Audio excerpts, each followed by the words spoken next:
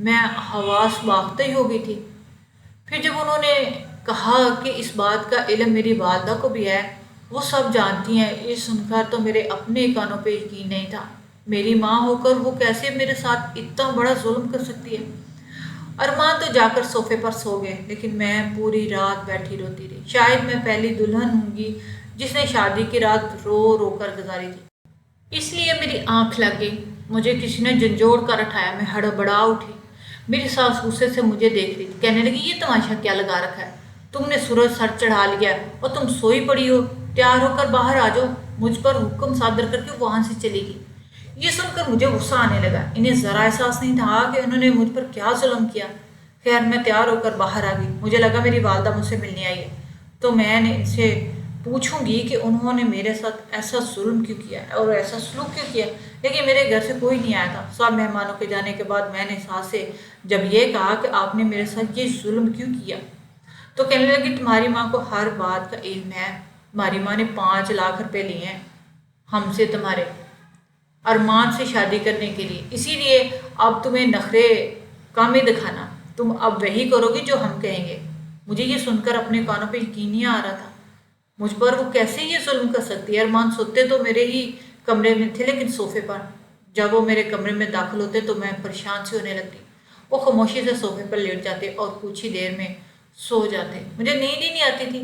جب میری نظر ان پر پڑنے لگی تو انہیں دیکھ کر میں ایک ٹھنڈی آہ بھر کے رہ جاتی۔ وہ دکھنے میں بالکل عام مرد تھا، اچھے خاصے ہینڈسم تھے، شاید ان کے ظاہر روپ نے دھوکہ دیا تھا مجھے۔ بار بار اپنی ماں کا سوچ کر دل دکھتا تھا کیونکہ انہوں نے میرے ساتھ یہ سب کیا کیا۔ میں اب ارمان سے بالکل بے تعلق سی ہو کے رہنے لگی تھی، ورنہ تو میرے اندر کی خواہشات مجھے اور بھی پریشان کرتی، وہ بھی مجھ سے بات تک نہیں کرتے۔ وہ شخص خواجہ سرا تھا۔ اس رات ارمان نے مجھ سے یہی کہا، وہ مجھ سے شادی اسی لیے نہیں کرنا چاہتا تھا، لیکن اس کی والدہ نے اسے زبردستی مجھ سے شادی کروا دی کیونکہ میری والدہ کو اس بات پہ اعتراض نہیں تھا۔ میرے لیے یہ بات بہت تعجب کی تھی، بھلا ایک ماں یہ سب جان بوجھ کر کیسے کر سکتی ہے اور اپنے جگر کے گوشے کو کسی ایسے شخص کو دے سکتی ہے جو کہ خواجہ سرا ہو۔ میری ساس مجھے گھر سے باہر نکلنے نہیں دیتی تھی، گھر کے سارے کام مجھ سے کرواتی تھی، ہر وقت میرے سر پہ سوار رہتی، مجھے پورا دن کاموں میں الجھائے رکھتی تھی۔ میرے لیے یہی کم نہ تھا کہ ایک اور آفت مجھ پر ٹوٹ پڑی کہ میری ساس کا بھتیجا ہمارے گھر رہنے آ گیا۔ اس کی نوکری اسی شہر میں لگی ہوئی تھی، اس نے چند مہینے اسے اپنے ہی گھر میں رہنے دیا تھا۔ اس شخص کو ہر وقت بولتے رہنے کی عادت تھی اور اس کی نظریں بھی اچھی نہیں تھیں اور وہ بے باک بے تکلف سا ہوتا۔ میں کچن میں کام کر رہی ہوتی تو وہ کچن میں آ جاتا، کہتا مجھ سے فری ہونے کی کوشش کرتا رہتا، میری تعریف کرتا رہتا، کبھی کہتا کہ وہ ارمان سے زیادہ پیسے کماتا ہے، اس سے زیادہ ہینڈسم ہے، کبھی ادھر ادھر کی باتیں کرنے لگتا۔ مجھے اس کی اس قسم کی عادت سخت بری لگتی تھی۔ ایک بار مجھے کہنے لگا کہ اگر آپ اس کی بات ابھی منہ میں ہی تھی کہ میں اسے تیوری چڑھاتے ہوئے دیکھ کر کہا کہ جب میں کچن میں کام کروں نا وہ نہ آیا کرے۔ پہلے تو میرے سخت لہجے پہ خاموشی سے مجھے دیکھنے لگا، لیکن اس کے بعد کچن سے باہر نکل گیا۔ میں تو پہلے اپنی والدہ کی وجہ سے ہی پریشان تھی جنہوں نے یہ سب جان بوجھ کر میرے ساتھ ظلم کیا تھا، پھر مجھے ساری زندگی یوں ہی گزارنی تھی غلام بن کر۔ اس پر اس شخص کی ہر وقت میرے سر پر سواری رہنے کی عادت سے میں تنگ آنے لگی تھی، تو کیا کرتی پھر؟ اس کی اس قسم کی باتوں نے مجھے اور بھی پریشان کر کے رکھ دیا تھا۔ میں تو سمجھی اب وہ اپنی حد میں رہے گا، لیکن کچھ دیر بعد ہی میری ساس کچن میں آ کر مجھے ڈانٹنے لگی، کہنے لگی تم ہوتی کون ہو میرے بھتیجے کے ساتھ بدتمیزی کرنے والی؟ میں ان کی بات سن کے حیران رہ گئی۔ میں نے کہا کہ آپ کا بھتیجا ہے تو آپ کے ساتھ بیٹھا کرے نا، میرے سر پہ کچن میں کھڑے ہونے کی اس کا کیا مقصد تھا؟ میری بات بالکل ٹھیک تھی، لیکن میری بات سنتے میری ساس نے میرے منہ پہ زوردار تھپڑ دے مارا، کہنے لگی کمینی، خبردار جو میرے سامنے زبان بھی چلائی تو۔ ارمان لاؤنج میں ہی بیٹھے ہوئے تھے لیکن چپ تھے، مجال ہے کہ وہ ایک لفظ بھی اپنی والدہ سے بولتے۔ وہ شخص بھلا کیوں میرے لیے کھڑا ہوتا جو کسی قابل ہی نہیں تھا؟ وہ تو مجھے چھوڑنا چاہتا تھا، اس لیے اس کی ماں کا رویہ میرے ساتھ سخت سے سخت ہوتا رہا، لیکن اسے کوئی فرق نہیں پڑتا تھا، بس وہ صبح اپنے کام پہ چلا جاتا، شام کو لوٹ کے آتا۔ میری ساس کو ایک مفت کی نوکرانی چاہیے تھی، ایک ہی اولاد تھی اس کی، وہ بھی خواجہ سرا۔ وہ جانتی تھی کہ اس کے بیٹے کی شادی تو ہو نہیں سکتی، اس لیے میرا انتخاب کر لیا۔ اس عورت نے تو جو کیا سو کیا، میں اسے کیا شکوہ کرتی، لیکن جو کیا میری ماں نے میرے ساتھ وہ تو میری سمجھ سے باہر تھا۔ ٹھیک ہے ہم لوگ غریب تھے، لیکن میری ماں مجھ سے بہت محبت کرتی تھی۔ میری شادی کے 10 جوڑے اس نے میری پسند سے خرید کر مجھے دیے تھے، اور جب باقی جہیز کی بات ہوئی تو کہنے لگی تمہاری ساس بہت اچھی عورت ہے۔ جہیز ہی لینے سے انکار کر دیا اس نے۔ مجھ سے چھوٹا میرا ایک بھائی تھا جو دبئی جا کر کام کرنا چاہتا تھا۔ شاید میری ماں نے بیٹے کی خاطر مجھے قربانی کا بکرا بنا کے بیچ دیا تھا، لیکن میری ماں مجھے ہی اہمیت دیتی تھی۔ میں کیسے اس کو قصوروار سمجھتی، کس سے شکوہ کرتی؟ میں تو روتے ہوئے اپنے کمرے میں چلے گئی۔ میری قسمت میں تو آنسو میری سکی ماں نے لکھ دیے تھے۔ میں ہچکیوں سے رونے لگی۔ آج میری ساس نے مجھ پر ہاتھ اٹھانے کی ابتدا بھی کر دی تھی۔ سارے گھر کا کام میرے ساتھ مجھ سے کرواتی۔ میں رو رہی تھی جب ارمان کمرے میں داخل ہوئے۔ مجھے روتے دیکھ کے وہ نہ جانے کیوں میرے پاس بیٹھ کے، میں تو ان سے شکوہ بھی نہیں کر سکتی تھی۔ وہ پہلے تو مجھے روتا دیکھتے رہے، پھر اپنا ہاتھ آگے بڑھا کر میرے آنسو صاف کرنے لگے۔ کہنے لگے امی غصے کی تیز ہیں، مجھے بھی تھپڑ مار دیتی ہیں، تم دل برا مت کرو۔ پہلی بار ایسا ہوا تھا، انہوں نے مجھ سے بات کی تھی، اپنے ساتھ لگا کر تسلی دی تھی۔ میں ان کی ذرا سی ہمدردی پا کر اور زیادہ رونے لگی۔ وہ شخص شوہر بننے کے قابل تو نہ تھا، لیکن ایک ہمدرد دوست بن گیا تھا میرے لیے۔ یہ بات بھی بہت تھی۔ ارمان کا رویہ مجھ سے کچھ بہتر ہو گیا تھا، لیکن اس کا کزن عارف تو شاید ڈھیٹ تھا۔ جب بھی میں کچن میں کام کرتی، بہانے بہانے سے کچن میں داخل ہو جاتا، کبھی اپنے لیے چائے بنانے لگتا، کبھی اور کام کرنے لگتا، اور اونچی آواز میں گانے گانے لگتا۔ میں اس شخص سے تنگ آ چکی تھی۔ شوہر کسی قابل نہیں تھا۔ اپنی فطری جذبات کو ماننا بھی ایک عورت کے لیے مشکل ہی ہوتا ہے۔ اس پر عارف کی بےہودگی اور بےہودہ حرکتیں مجھے ڈپریشن کا مریض بنا رہی تھیں۔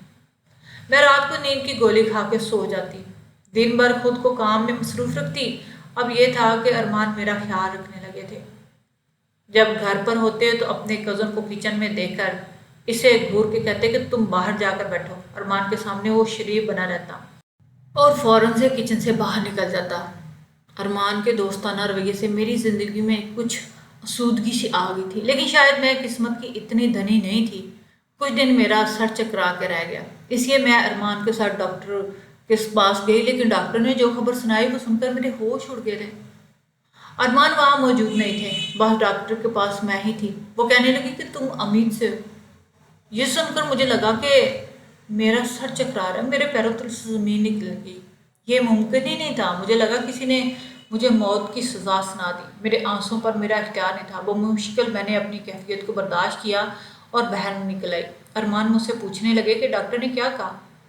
میں کیا جواب دیتی، میری تو دنیا ہی لوٹ چکی تھی۔ میں نے کہا مجھے بخار ہے۔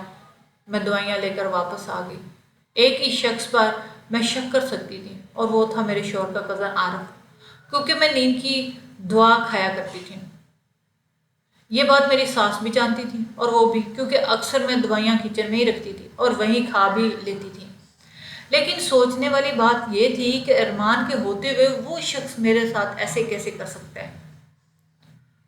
اگر میں دعا زیر اثر بھی تو عارف کے قریب آنے پر ارمان کی تو آنکھ کھل سکتی تھی نا، وہ صوفے پر ہی تو سوتے تھے۔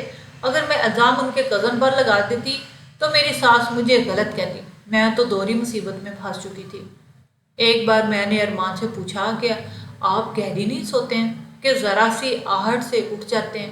کہنے لگے پہلے تو میری آنکھ کھل جاتی تھی، لیکن جب سے یہ عارف مجھے جوس پلانے لے جاتا ہے نا، تب سے تو مجھے ہوش ہی نہیں رہتی کہ میں کہاں پڑا ہوں۔ اتنی بات سن کر تو اب شک جو ہے وہ یقین میں بدل چکا تھا۔